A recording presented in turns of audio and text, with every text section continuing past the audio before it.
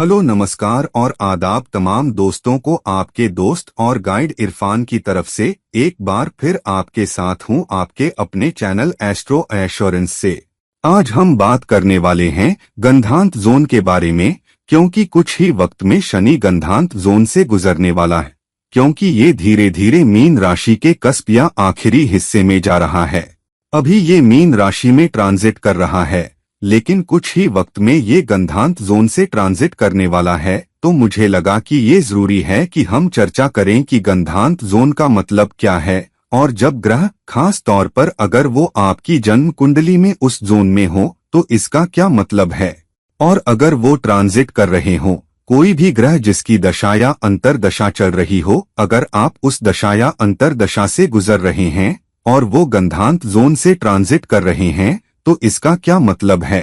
तो चलिए एक गहरी गोता लगाते हैं और गंधांत जोन का मतलब समझते हैं, और ये कि इसका क्या मतलब है उन नतीजों के लिए जो आप पर आ सकते हैं, और वो तैयारियां क्या हैं जो आपको दिखानी चाहिए या जिनके साथ आपको तैयार रहना चाहिए जब आपके ग्रह में ऐसी मौजूदगी हो। सबसे पहले गंधांत शब्द गांठ या ग्रंथि के मतलब से आया है, जिसका मतलब है एक गांठ जो बंधी हो, और गांठ का अंत या आखिर यानी गांठ के आखिर पर। जब ग्रह जल राशि से अग्नि राशि में जा रहा हो, जो कर्क से सिंह में होता है, या वृश्चिक से धनु में, या मीन से मेष में, तब जल राशियों के आखिरी दौर और अग्नि राशियों के शुरुआती दौर को गंधांत जोन माना जाता है, या एक चक्र का अंत और एक नए चक्र की शुरुआत। क्योंकि जल राशियों का मतलब है विलय, पानी चीजों को घोलता है, तो किसी कर्म का विलय या कार्मिक मृत्यु या कार्मिक चक्र और नए की शुरुआत। क्योंकि आप जो भी शुरू करना चाहते हैं, खाना पकाना है तो आग जलानी पड़ती है, कुछ पिघलाकर उसे आकार देना है तो आग जलानी पड़ती है। तो गंधांत जोन आखिरी अंश और शुरुआती अंश जल राशियों से अग्नि राशियों में बहुत ही अहम है। ये अत्यंत संवेदनशील जोन है। तो मीन से मेष में अगर नक्षत्र की बात करें तो राशि के आखिरी 3 अंश 20 कला और अगली राशि के पहले 3 अंश 20 कला गंधांत जोन को दिखाते हैं। तो मीन से जब मेष में जा रहे हैं तो रेवती से अश्विनी में जा रहे हैं, तो ये सबसे तीव्र गंधांत जोन माना जाता है, क्योंकि मीन राशि चक्र का अंत है, जबकि मेष नए चक्र की शुरुआत है।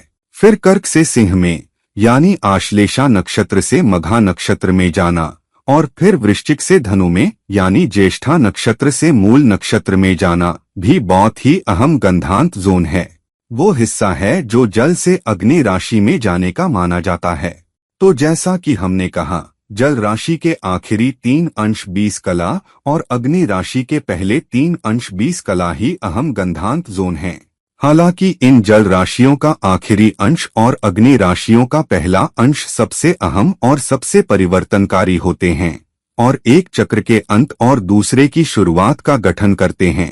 तो ये बहुत जरूरी है कि अगर आपकी जन्म कुंडली में कर्क और सिंह के बीच या वृश्चिक और धनु के बीच किसी भी गंधांत जोन में ग्रह हैं, तो बहुत ध्यान देने की जरूरत है कि ग्रह की मौजूदगी का गहरा मतलब क्या है और ग्रह की प्रतिष्ठा या उच्चता क्या है भी। तो प्रतीकात्मकता बहुत ही अहम है। दूसरी बात, अगर ग्रह गंधांत जोन से ट्रांजिट कर रहा है जबकि उस ग्रह की दशा या अंतरदशा चल रही हो, तो भी ये जरूरी है कि आप समझें कि गंधांत जोन का क्या मतलब है और प्रतीकात्मकता का क्या मतलब है। तो पानी, जैसा कि हमने कहा, विलय या अंत है, या कुछ चीजों को घोलना और कुछ नए की शुरुआत। तो जब आप पानी में कुछ घोलते हैं तो आप कुछ बना रहे होते हैं, चाहे खाना बना रहे हो या साफ कर रहे हो या जो भी हो। और आग शुरुआत है, ये पुनर्जन्म भी है। तो पानी आपका अवचेतन है, उसका अंत कार्मिक बोझ का अंत, विलय और आगे।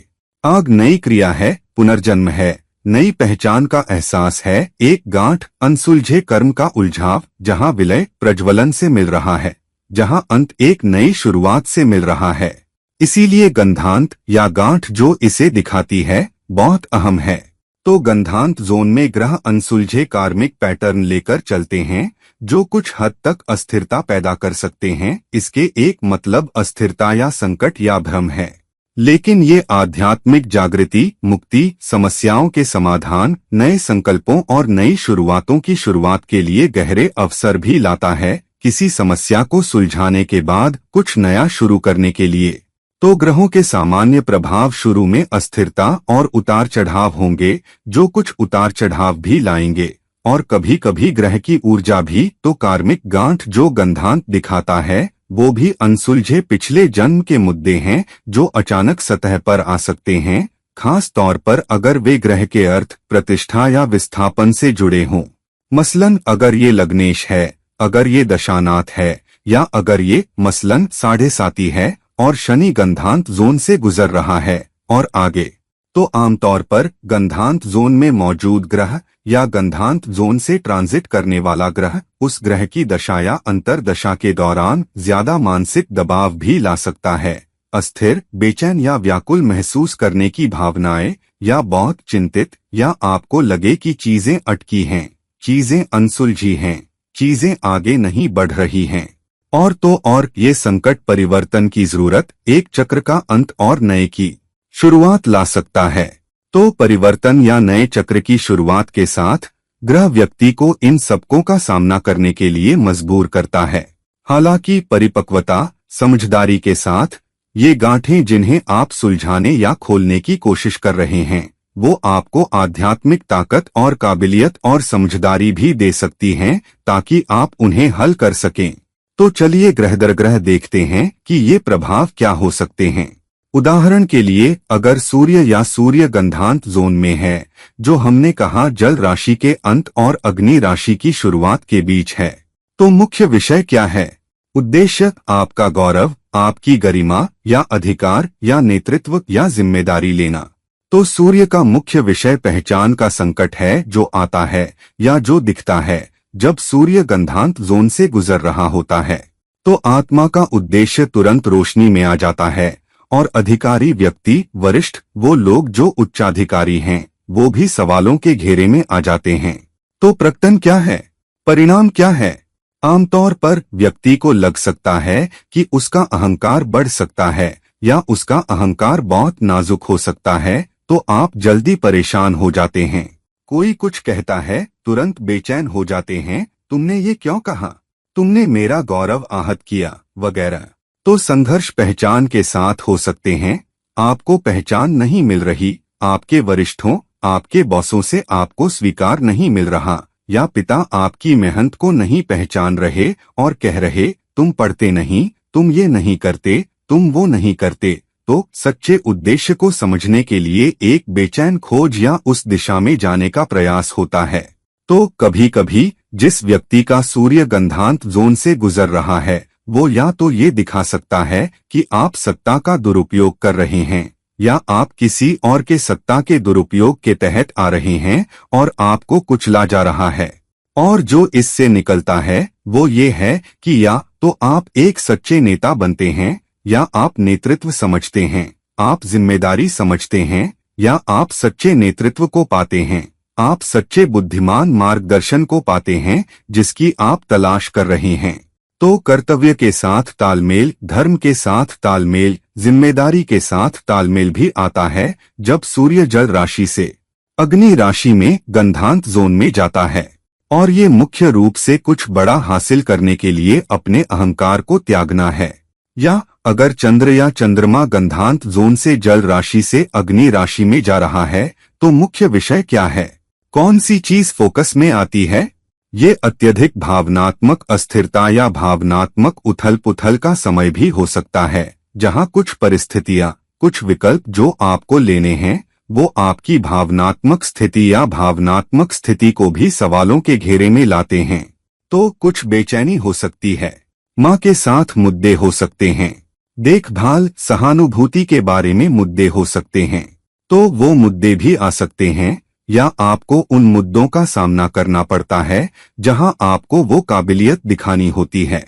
तो मुख्य परिणाम, मुख्य प्रकटन ये है कि शुरू में आप चिंतित महसूस कर सकते हैं, आप चिंता के दौर से गुजर सकते हैं, भ्रम हो सकता है, मन में अस्थिरता का एहसास हो सकता है। तो आपकी भावनात्मक निर्भरता किसी ऐसे व्यक्ति पर जिसे आप करीबी मानते हैं, बढ़ सकती है। आप इस दौरान अतिसंवेदनशील हो सकते हैं। कोई और भी सोच सकता है और आपसे कह सकता है कि तुम इतनी जल्दी क्यों भड़क जाते हो। तो बचपन का आघात भी प्रकट हो सकता है।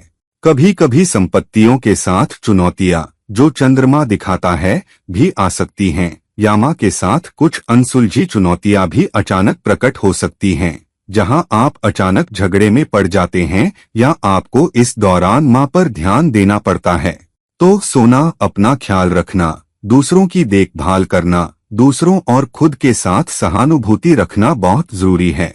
तो मुख्य बात जो आपको लेनी है वो है भावनात्मक सुरक्षा को समझना, स्थिति के प्रति सचेतना, दूसरी स्थितियों के प्रति सचेतना और सहानुभूति रखना, और शायद मन को स्थिर करने और आध्यात्मिक अभ्यासों में शामिल होने की कोशिश करना। ये आपको बिना किसी बड़ी भावनात्मक चुनौती के आसानी से अग्नि राशि में ले जाएगा। अब अगर मंगल या मंगल गंधांत जोन से ट्रांजिट कर रहा है वगैरह, तो मुख्य विषय या फोकस में क्या है या रोशनी में क्या है, वो है मंगल क्या दिखाता है। मंगल आपकी मुख्य ऊर्जा है, आपकी इच्छा शक्ति, आपका दृढ़ता, आपका आक्रामकता भी या संघर्ष जिन्हें सुलझाना है, चाहे संघर्ष आपका हो या किसी और का, जो भी हो। तो मुख्य विषय जो फोकस या ध्यान में आता है या परिणाम जो आपको मिल सकते हैं वो ये है कि कभी कभी आप बहुत आवेगी महसूस कर सकते हैं जब मंगल गंधांत जोन से ट्रांजिट कर रहा हो, और आप फैसले ले सकते हैं या ऐसी चीजों में पड़ सकते हैं जिनके बारे में बाद में आप सोचें, मैं किस में पड़ गया, मैं यहाँ कैसे आ गया। तो अचानक दुर्घटनाएं हो सकती हैं, अचानक फैसले, कागजात पर हस्ताक्षर करना या किसी को कुछ वादा करना, या कुछ अनावश्यक झगड़ों बहसों में पड़ना। तो बहुत दबी कुचली निराशा बाहर आ सकती है, या आप ऐसी स्थिति में आ सकते हैं जहां बाहर आने का विकल्प आपके सामने है और कभी कभी आप इसे नियंत्रित नहीं कर पाते।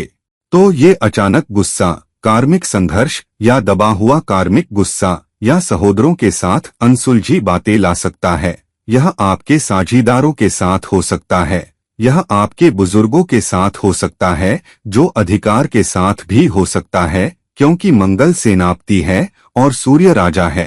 तो मुख्य रास्ता जो आपको लेना है या समाधान जो आपको इस दौरान लेना है वो है अत्यधिक अनुशासन दिखाना और अपना ध्यान हाथ में लिए परियोजनाओं पर केंद्रित करने में सक्षम होना, बजाय अपना ध्यान खोने के। कई बार ऐसा होता है जब मंगल खास तौर पर जल राशि से गुजर रहा होता है, खासकर कर्क से सिंह में, क्योंकि आप जानते हैं कि मंगल कर्क में नीच का होता है और मंगल अग्नि ग्रह है। तो कर्तव्य और अपनी ऊर्जा, अपनी कच्ची ऊर्जा को रचनात्मक रूप से उपयोग करना बहुत ही अहम है। तो अपना ध्यान रखना, अनावश्यक झगड़ों में न पड़ना, अपना फोकस उस पर रखना जो अहम है न कि जो अहम नहीं है, और अपनी ऊर्जा का रचनात्मक उपयोग करना। अब अगर ये बुध या बुध है जो गंधांत जोन से जल राशि से अग्नि राशि में जा रहा है, तो बुध क्या है? बुध आपकी बुद्धि है, आपकी समझदारी भरे फैसले लेने की क्षमता, गणना किए गए फैसले, शिक्षित फैसले, ये आपकी तार्किक विकल्प लेने की क्षमता है। तो मुख्य विषय, मुख्य फोकस, आपकी संवाद करने की क्षमता, आपका प्रभाव डालने की क्षमता, आपकी बुद्धि को आपके निर्णय लेने, आपके विकल्पों विश्लेषण में प्रदर्शित करने की क्षमता, और विश्लेषण के माध्यम से और शिक्षित निर्णय लेने के माध्यम से सही विकल्प बनाना है। तो फोकस और ध्यान जब बुध आपकी जन्म कुंडली में गंधांत जोन में है या बुध की दशा या अंतरदशा है और ये गंधांत जोन से ट्रांजिट कर रहा है, या ये आपकी कुंडली में गंधांत जोन में मौजूद है, तो ये मुद्दे या ये स्थितियां आ सकती हैं जहां आपका संवाद, आपकी बुद्धि, आपका निर्णय लेना, आपके विकल्प बनाने की क्षमता, आपकी शिक्षित फैसले लेने की क्षमता सब फोकस में आते हैं और दबाव में आते हैं। तो मन कभी कभी उलझा हुआ महसूस करता है क्योंकि ये गंधांत जोन है जो गलतफहमी, कभी कभी अनिर्णय, कभी कभी टालमटोल की ओर ले जाता है। लेकिन ये कुछ शानदार अपरंपरागत विकल्प और फैसले भी बना सकता है और रचनात्मकता भी आ सकती है। लेकिन कुछ भीतरी संघर्ष भी हो सकते हैं जिन्हें आपको सुलझाना या ध्यान रखना है, या संवाद करने में सक्षम होना है या शिक्षित बौद्धिक फैसले लेने में सक्षम होना है ताकि इस मुद्दे को हल कर सकें। तो इस दौरान मुख्य रास्ता ये है कि स्पष्ट संवाद हो या स्पष्ट संवाद पर फोकस करें, या ये प्रयास कि आपको दूसरों के साथ सीधा, स्पष्ट, सहानुभूतिपूर्ण संवाद करना होगा ताकि कम गलतफहमी हो। ये और भी अहम है अगर बुध आपकी जन्म कुंडली में वक्री है या बुध आपकी कुंडली में वक्री है और आप दशा या अंतरदशा से गुजर रहे हैं, तो अपने फैसले को तर्क में आधारित करना और अंतर्ज्ञान पर थोड़ा निर्भर करना, लेकिन ज्यादा शिक्षित निर्णय लेने पर, डेटा पर, अनुभवजन्य बिंदुओं पर और उसके माध्यम से सत्य की ओर बढ़ने में सक्षम होना। ध्यान और मन को शांत करना ताकि आप अपनी बुद्धि का अच्छी तरह उपयोग कर सकें। ये जरूरी है जब बुध गंधांत जोन में हो। अगर गुरु या बृहस्पति गंधांत जोन में है या उसकी दशा या अंतरदशा चल रही है, जब गुरु गंधांत जोन से गुजर रहा है या ट्रांजिट कर रहा है या गुरु गंधांत जोन में है, और अगर दशा या अंतरदशा चल रही है, तो मुख्य विषय क्या है, किस पर ध्यान केंद्रित होता है, जहां सृष्टि या राशि चक्र ध्यान डाल रहा है। ये आपकी विश्वास, आस्था और समझदारी रखने की क्षमता है ताकि आप इस दौर को सावधानी से गुजार सकें और गुरुओं, वरिष्ठों, शिक्षकों, गुरुओं के आधार पर समझदारी भरे फैसले ले सकें। तो मुख्य विषय फोकस में ये सब है। तो परिणाम जो आपको भुगतने पड़ सकते हैं या जो प्रकट हो सकता है वो ये है कि कभी कभी आपको भी लग सकता है या आपकी विश्वास प्रणाली पर सवालिया निशान हो सकता है, खास तौर पर क्योंकि ये कुछ परिणामों का विलय है। तो आपका विश्वास, अपने विश्वास पर सवाल करें। विश्वास में सवाल आपके धर्म में हो सकता है, किसी रस्म में हो सकता है, किसी निर्णय लेने में हो सकता है, किसी गुरु में हो सकता है, किसी फैसले में हो सकता है जिसके बारे में आप सोचें, क्या ये काफी समझदारी है या नहीं, क्या मुझे ये लेना चाहिए या नहीं, क्या ये मुझे लंबी अवधि में काम देगा या नहीं। गुरु आमतौर पर दीर्घकालिक निर्णय लेने के बारे में है, न कि अल्पकालिक जैसे मंगल या बुध आपको धकेलेंगे। तो विश्वास या आस्था का संकट हो सकता है या कभी कभी परंपरा को अस्वीकार करना भी, क्योंकि गुरु आपकी समृद्धि भी है, तो भाग्य और लाभ भी उतार चढ़ाव कर सकते हैं, वे ऊपर नीचे हो सकते हैं। तो संभावना है कि एक व्यक्ति, खास तौर पर गुरु की दशा या अंतरदशा के दौरान गंधांत जोन से गुजरते हुए या कुंडली में गंधांत जोन में गुरु, अपनी समझदारी का दुरुपयोग भी कर सकता है, क्योंकि पिछले जन्म का बोझ, अपनी बुद्धि का दुरुपयोग, अपनी शिक्षा का दुरुपयोग, अपने अनुभव का दुरुपयोग, उनका अच्छी तरह उपयोग न कर पाना या किसी और चीज में गुमराह हो जाना, खास तौर पर अगर गुरु ट्रांजिट के जरिए राहु के किसी प्रभाव में हो या शायद राहु के नक्षत्र में, या राहु और गुरु एक दूसरे को पहलू दे रहे हों तो ये भी आ सकता है। या अगर राहु की दशा या अंतरदशा चल रही है और गुरु आपके गंधांत जोन में है तो ये हो सकता है। तो रास्ता क्या है जो आपको लेना है, किस दिशा में आपको बढ़ना है? आपको अपने गुरुओं से, जीवन में विभिन्न स्थितियों का सामना करने से, अपने अनुभवों से अर्जित समझदारी का उपयोग करने में सक्षम होना है, उन अनुभवों को बुलाकर फिर निर्णय लेना है और अपनी विश्वास प्रणाली को मजबूत करना है, बजाय उसमें डगमगाने के। खास तौर पर खुद पर विश्वास, अपने मूल्यों पर विश्वास, अपने समुदाय पर विश्वास, अपनी परवरिश पर विश्वास, अपनी पृष्ठभूमि पर विश्वास बहुत ही मजबूत होना चाहिए। और आपको कभी कभी अपने गुरुओं, अपने मार्गदर्शकों से संपर्क करना होगा ताकि विश्वास प्रणाली और मजबूत हो सके, इस समझदारी से कि कोई और आपका समर्थन करने के लिए है और भलाई का एहसास भी आप पर है। तो हठधर्मिता को अस्वीकार करना, अनावश्यक परंपराओं को अस्वीकार करना और अपने वरिष्ठों से सही समझदारी पर ध्यान केंद्रित करना और अनुभवात्मक सीख पर निर्भर रहना, ये है कि आपको गुरु के दौर या अपनी कुंडली में गंधांत जोन में गुरु का सामना कैसे करना चाहिए। अब शुक्र या शुक्र गंधांत जोन में है। शुक्र आपका अच्छा जीवन है, शुक्र आपका आकर्षण है, शुक्र दूसरों पर, सिर्फ विपरीत लिंग पर ही नहीं बल्कि आम लोगों पर गहरा प्रभाव छोड़ने की आपकी क्षमता है और अपने व्यक्तित्व को बेहतर तरीके से पेश करने की है। तो मुख्य विषय, जब शुक्र आपकी कुंडली में गंधांत जोन में है या शुक्र अपनी दशा या अंतरदशा के दौरान गंधांत जोन से ट्रांजिट कर रहा है, तो विषय रिश्तों पर है, खासकर क्योंकि शुक्र तुला राशि का स्वामी है, जो उसकी मूल त्रिकोण राशि भी है और रिश्तों की राशि है, लेकिन संतुलन भी है। तो रिश्ते, प्यार, मूल्य, पोषण, जीवन की गुणवत्ता, ये सब फोकस में आते हैं। धन भी फोकस में आता है। तो मुख्य परिणाम जो आते हैं या जिनका आपको इस दौरान सामना करना है, वो ये है कि कभी कभी रिश्ते उथल पुथल भरे हो सकते हैं या रिश्तों में उतार चढ़ाव हो सकते हैं, खास तौर पर जब शुक्र आपकी कुंडली में गंधांत जोन में है या आप शुक्र के दौर या तो दशा या अंतरदशा से गुजर रहे हैं और शुक्र भी गंधांत जोन से ट्रांजिट कर रहा है। तो कभी कभी आप प्यार में असुरक्षा महसूस कर सकते हैं, ईर्ष्या हो सकती है, किसी और से प्रतिस्पर्धा हो सकती है उसी व्यक्ति का ध्यान पाने के लिए। तो कुछ कार्मिक पैटर्न साझेदारी, संपत्तियों, सौंदर्य, पोषण, अंतरंगता, प्यार, रिश्तों में दोहराए जाएंगे। ये सब हो सकता है। तो या तो धन या आनंद या साझेदारी या साझीदार के साथ संघर्ष इस दौरान हो सकता है, शुक्र के दौरान या शुक्र के आपकी कुंडली में गंधांत जोन में होने के दौरान। सीख ये है कि बिना शर्त प्यार देने में सक्षम हो, बिना शर्त समर्थन, बिना शर्त टीम वर्क भी, और उच्च मूल्यों को पूरा करें, बजाय सतही अंतरंगता, सतही आकर्षण के लिए जाने के। और सिर्फ धन, सांसारिक धन पर बहुत ध्यान न दें, बल्कि रिश्तों और परिचितों को भी अपना मुख्य धन माने। और दूसरा धन भी आपकी अपनी भाषा, अपने व्यक्तित्व, भौतिक से ऊपर उठने की क्षमता से लोगों को प्रभावित करने की क्षमता है, लेकिन उच्च मूल्यों पर भी ध्यान केंद्रित करना है जो आपने अपने परिवार, अपनी विश्वास प्रणाली, अपने समुदाय से अर्जित किए हैं, और उनसे जुड़े रहना है, बजाय भौतिक सुखों का पीछा करने या उनका शिकार होने के, बल्कि आध्यात्मिक पूर्ति के लिए जाना है, न कि गैरहम पर ध्यान केंद्रित करना। तो ये एक अहम दौर हो सकता है जहां कभी कभी आप बहुत अच्छा प्रदर्शन भी कर सकते हैं, जहां अपार धन आने की शुरुआत हो सकती है, नया अवसर आ सकता है। तो ये समय है अपनी आंखें खुली रखने और कान जमीन पर रखने का।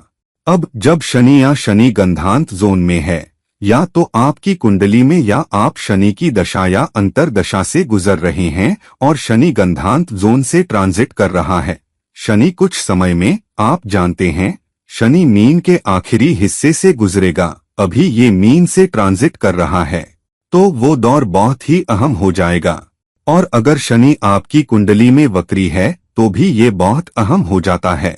तो शनि के लिए मुख्य विषय क्या है, खास तौर पर जब शनि आपकी कुंडली में गंधांत जोन में है या उसकी दशा या अंतरदशा के दौरान वो इससे ट्रांजिट करना शुरू करता है। मुख्य विषय है टीम वर्क, अनुशासन, संगठन, संरचना, दूसरों के साथ काम करने की क्षमता, दूसरों की मदद करने की क्षमता, टीम खिलाड़ी होने की क्षमता, एक कर्मचारी होने की क्षमता, न कि किसी भी तरह नेतृत्व हासिल करने की कोशिश करना। तो सहारा होना, चाहे आप नेता हो, चाहे आप बॉस हो, अपनी पीठ झुकाकर दूसरों को सहारा देने में सक्षम होना और दूसरों को बराबर समझना, और खास तौर पर अपने से नीचे के लोगों के साथ बेहतर व्यवहार करना। तो आप पर मुख्य कार्मिक जिम्मेदारी ये है कि अच्छा कर्म करें और अपनी जिम्मेदारियों को याद रखें, अपने कर्तव्यों को याद रखें और उन सीमाओं को याद रखें जो शनि बनाता है। समाज द्वारा, समुदाय द्वारा, परवरिश द्वारा, आपकी सीख, आपकी शिक्षा द्वारा दिए गए नियमों और विनियमों, व्यवस्था, संरचना को याद रखें। तो आपके लिए परिणाम या इस दौरान आपके लिए फोकस ये होगा कि बहुत सारी कार्मिक जिम्मेदारियां सतह पर आएंगी। तो कभी कभी माता पिता के प्रति कर्तव्य, बच्चों के प्रति कर्तव्य, टीम के सदस्यों के प्रति कर्तव्य, घर के प्रति कर्तव्य, साझीदार के प्रति कर्तव्य, दोस्तों के प्रति कर्तव्य, कुछ वरिष्ठों के प्रति कर्तव्य भी अचानक उभर सकते हैं। कभी कभी आप कुछ स्थितियों में अटका हुआ महसूस कर सकते हैं, जहां आपको लगे मैं आगे नहीं बढ़ पा रहा, लेकिन शनि सीमाएं भी है, याद रखें। तो सीमाएं इस दौरान संकुचित महसूस हो सकती हैं। तो ये समय है अधिकतम कार्मिक परिपक्वता दिखाने का। अधिकतम कार्मिक परिपक्वता की स्थिति भी आपको दी जाती है। आप कार्मिक स्तर पर बहुत परिपक्वता प्राप्त करते हैं, लेकिन ये वो समय भी है जहां आपको कार्मिक परिपक्वता का प्रदर्शन करना है ताकि इन चुनौतियों से गुजर सकें। खास तौर पर अगर आप साढ़े साती के उदयकाल या चरम काल या अस्तकाल से भी गुजर रहे हैं, तो आपके लिए मुख्य कार्रवाई बिंदु हैं: धैर्य दिखाना, अनुशासन, जिम्मेदारी, लोगों की सेवा करने की क्षमता दिखाना और लचीलापन दिखाने में सक्षम होना। लचीलापन का छात्र बनना और सबसे कठिन परिस्थितियों में लचीलापन दिखाने की कोशिश करना। और फिर आप पाएंगे कि सबसे कठिन परिस्थितियों के दौरान जब आप लचीलापन दिखा रहे हैं, आप व्यवस्था, संरचना, दूसरों के प्रति सहानुभूति, टीम खिलाड़ी होना, अपनी जिम्मेदारी का ध्यान रखना के प्रति अनुपालन दिखा रहे हैं, तो वो दौर एक कठिन दौर से ज्यादा आसान दौर हो सकता है। अब राहु और केतु याद रखें, राहु और केतु वक्री चलते हैं तो वे अग्नि राशि से जल राशि में जाते हैं, न कि इसके विपरीत। तो गंधांत जोन पानी से आग में नहीं जा रहा, बल्कि दूसरी तरफ। तो आमतौर पर राहु और केतु चुनौतियों या अवसरों का एक अलग सेट लाते हैं। तो मुख्य विषय क्या है जब राहु अग्नि राशि से जल राशि में जा रहा है? ये कुछ इच्छाओं, जुनूनी इच्छाओं को फोकस में ला सकता है, जो या तो पैसे के लिए या किसी व्यक्ति के लिए या अधिकार के लिए या उस विकास के लिए या भौतिक लाभ के लिए या सांसारिक सफलता के लिए सामने आती हैं। तो सांसारिक महत्वाकांक्षा भी सामने आ सकती है। तो परिणाम प्रकटन जो आ सकता है वो है उच्च भूख, खास तौर पर जब राहु अग्नि राशि के आखिरी अंश पर हो और जल राशि के पहले अंश में जा रहा हो, क्योंकि याद रखें राहु वक्री जाता है तो बहुत भ्रम, व्यर्थ के प्रयास हो सकते हैं जो आपको निराशा दे सकते हैं। उच्च इच्छा हो सकती है जिसके कारण आप कुछ लोगों को धकेल रहे हैं, अपने कर्तव्यों को अच्छी तरह नहीं निभा रहे, शॉर्टकट लेने की कोशिश कर रहे, कभी कभी कुछ फैसले लेने में गुमराह हो रहे। तो आप कुछ भ्रमों का पीछा कर सकते हैं और सांसारिक लाभों का पीछा कर सकते हैं, बजाय अपनी जिम्मेदारियों का सामना करने, चुनौतियों का सामना करने के। कभी कभी राहु आपको गुमराह कर सकता है और कुछ अंधी गलियों में ले जा सकता है जहां कोई समाधान भी नहीं है। तो किसी को बहुत सावधान रहना है, खास तौर पर जब राहु अग्नि राशि से जल राशि में ट्रांजिट कर रहा हो। तो ये उच्च उथल पुथल, चुनौतियों, समस्याओं का दौर है, लेकिन उच्च रचनात्मकता भी बॉक्स से बाहर आ सकती है। शानदार परिणाम भी आपके लिए आ सकते हैं अगर आप राहु की ऊर्जा का अच्छी तरह उपयोग करने में सक्षम हैं। अब केतु दूसरी तरफ वैराग्य, निषेध, दूर हटने का ग्रह है और ये मोक्ष भी दिखाता है, पिछले जन्म का कर्म भी प्रकट होता है। तो मुख्य परिणाम या चुनौती जो आपको भुगतनी पड़ सकती है या स्थिति जिसका आपको सामना करना पड़ सकता है जब केतु गंधांत जोन में हो, वो ये है कि प्रकटन मुक्ति के लिए हो सकता है। हर चीज से दूर हटना, चुनौतियों से दूर हटना, दबावों से दूर हटना, निराशाजनक स्थितियों से दूर हटना।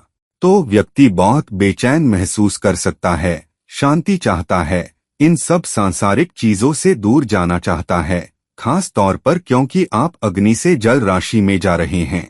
तो आप भौतिकवाद को घोल रहे हैं, आप महत्वाकांक्षा की जरूरत को घोल रहे हैं, आप सांसारिक लाभ से लगाव की जरूरत को घोल रहे हैं। तो मुक्ति की जरूरत होगी, शांति की जरूरत होगी, आपके आसपास बहुत भ्रम होगा। तो आप अलग थलग होना चाहते हैं, आप एक ज्यादा आध्यात्मिक रास्ते की ओर जाना चाहते हैं, आप जानते हैं बजाय। तो कई बार आप बहुत भ्रमित भी महसूस करते हैं। ये उच्च मानसिक संवेदनशीलता का समय भी है। कुछ अंतर्ज्ञान आपके पास आ सकता है कुछ होने वाली घटनाओं के बारे में, या आपको बता रहा हो ये करो और ये मत करो, इस चीज की तरफ मत जाओ, इन कागजात पर हस्ताक्षर मत करो। तो वे आपको चुनौतीपूर्ण स्थितियों से दूर रखने की कोशिश कर सकते हैं या आपको उनसे नकारने की। तो पिछले जन्म की प्रतिभाएं भी सतह पर आ सकती हैं जो केतु दिखाता है। पिछले जन्म का कर्म भी फिर से उभर सकता है, पिछले जन्म के कार्मिक कर्ज भी फिर से उभर सकते हैं।